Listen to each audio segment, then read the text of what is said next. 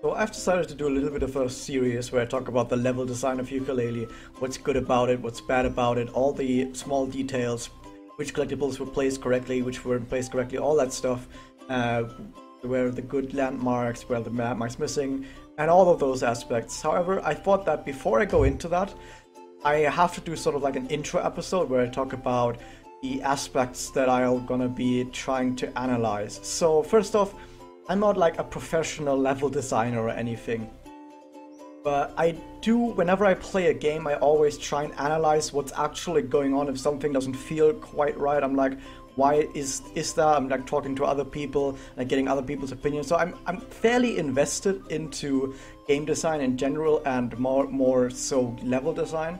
And a lot of the stuff that I usually come across is something that I also see reflected in Yooka-Laylee. So I'm just gonna now have a little bit of a video where I just talk about the aspects that will then, when I do the actual videos where I talk about each individual stage, you'll see that coming up over and over and over again. And I'm also gonna tell you like why I'm even doing this. So, biggest reason why I wanted to talk about level design in Yooka-Laylee is because in a platformer, the level is the gameplay. So a platformer is pretty much defined by moving through a level. Like that's what makes a platformer, the way you move through a level. So obviously, the way the level is designed is absolutely paramount to what the gameplay is gonna be like and how the gameplay feels. It's probably the one genre where the level is the most important thing. I think the genre with like the second most importance on level design is probably racing games, because that's also a genre that's defined by how you move through a level. But that's something else to talk about. I'll talk about racing games today. So, because it's so important to a platformer what the level is like, how it's designed, I realized that in a lot of cases in this game, there are places where the level design is done really well, and there's places where the level design is done pretty badly. So I thought that maybe I'd talk a little bit more about that, on how that ties into the enjoyment that you might have playing the game. Why don't many people enjoy Moody Maze Marsh, but instead enjoy Galleon Galaxy or Tribal Stack Tropics? So I'm gonna put like some... if you want, I'm going to put some opinions on that, like subjective stuff, but I'm also going to try and put it into more objective words and see if I can find like objective evidence, I guess you would call it, as to why something is done better in one stage but worse in another stage. So some of the stuff that I'm going to look for when I'm going to talk about all these levels is how well is the player being guided through the level. So that's something where, especially in a 3D platformer, it's something that's very important to how the player feels when he asks himself, how am I exploring this stage? So is the player just gonna naturally flow from one set piece to another, from one landmark to another, without having to stop and think, oh, where do I want to go next? I don't know where I want to go. Or even having to ask himself, oh, have I even been there? Have I been there yet? I don't know if I have been to that place, stuff like that. So a level that naturally guides the player through the level do a really nice job of making sure that exploration becomes very natural, that the player doesn't have to like focus too hard on trying to put a lot of focus on exploration and having to think about it a lot. The player shouldn't think too much about exploration if you want to have a fun and fast platformer. Also, what I look at is weenies. What are weenies? Weenies is pretty much a sort of landmark that you can see from many different places. You could also call it a visual magnet.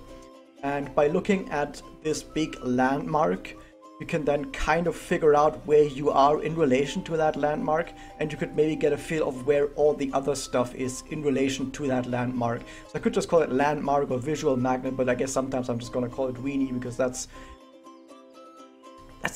a cool name. I think it was coined when they created Disneyland and said the big castle in the middle has to be a weenie, something like that. I don't know. I'm also going to take a look at what each of the level design aspects means when you look at what a collectathon should be. So Yooka-Laylee is what we could call a collectathon, like Banjo-Kazooie, like Donkey Kong 64, like a platformer that's all about collecting things. Like that's pretty much all you want to do in this game. You want to collect everything. So because you want to collect everything, there's certain level design that is really nice for collecting everything, and certain level design that is really bad for collecting everything. Best example would be a maze. If you have a maze, that's really bad level design for a collectathon, because if you want to collect everything, then suddenly this maze that usually is just about get to the exit, is now has suddenly get to every single spot in the maze and try and not miss anything. And that's something to take a look at. Also more linear paths, even though if you sometimes say, oh, I don't like linear paths because it takes away from the exploration, for a collectathon, linear paths, or rather linear placement of collectibles, can be really good. But once again, this is something that sort of like always plays off of other aspects, like how good are the landmarks, how good the other parts of the level design, do you know where you are at all points, how are the collectibles placed. Like that's always something that sort of plays into this as well. Something to also note is I'm going to be taking a look at the variety, like how different are each of the set pieces or each of the landmarks within that stage. All of the like ground that you traverse and all the scenery that you see around it, is it always the same? You always see new stuff. Maybe the sort of color coordination. I'm not going to go too deep into color coordination, but I could make it like put a little bit of a comment on every level on how I think the colors flow, because it could, like, colors can do some really subtle stuff. It can subtly make you feel uncomfortable, but also subtly make you feel excited. There's a little subtle stuff that goes on with color theory. I'm not going to talk too much about it, but yeah, like 1 or 2 comments about it for each stage. Variety is usually something that is mostly graphical. Like usually when I talk about level design, I mean design as in not how stuff looks, but how stuff plays as a game. Like that's usually what I mean with level design. How does the gameplay within that level? How is the gameplay within that level? If you take a look at all the aspects of how the level is built, where like the ground is, where like towers are, or stuff you can climb or whatever. Like that's what I think about level design. But of course, level design is also the graphical stuff. How does stuff look like when you look at it? Variety is usually something that comes into play here, because you don't want stuff to be too samey, but you don't want stuff to be too chaotic. You want to have like sort of something in the middle. And by taking a look at what colors you use, you can, yeah, I've already talked about that. Also something to take a look at is, in a 3D platformer like this, the stage that you're on, the level, is usually something that you can take a look at as something like playground, something that you can like freely run around in and explore at your own leisure. You don't have to go to specific places in specific orders usually. You have this sort of like freedom, and freedom can do some really good things for you, but it can also do some really bad things for you. If you have too much freedom, you can get very easily lost. If you don't have enough freedom, it feels like you're being railroaded, and once you become aware of that, it can like sully your enjoyment of the game a little bit. Well, it's also something to take a note of, like how well did they implement the freedom of a 3D platform. Did they give you too much freedom, not enough freedom? That's also something where the moves are going to come in as well.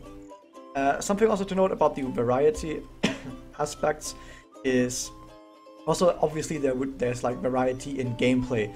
Maybe sometimes you climb up a building, maybe sometimes you roll across a long stretch, maybe sometimes you fly around some obstacles, and maybe you fight some monsters. So there's also some variety to be seen in how the gameplay flows from one type of gameplay to another, and how that all is connected in the level itself. And then to round it all off, I can give my own personal opinion. Like that's something that's going to be completely subjective on how well I think the overall feel is of the stage. Does this stage feel very fun to run through? Is the stage feeling fairly oppressive? Maybe you don't feel like you always have a good grasp on where you are or where all the collectibles are.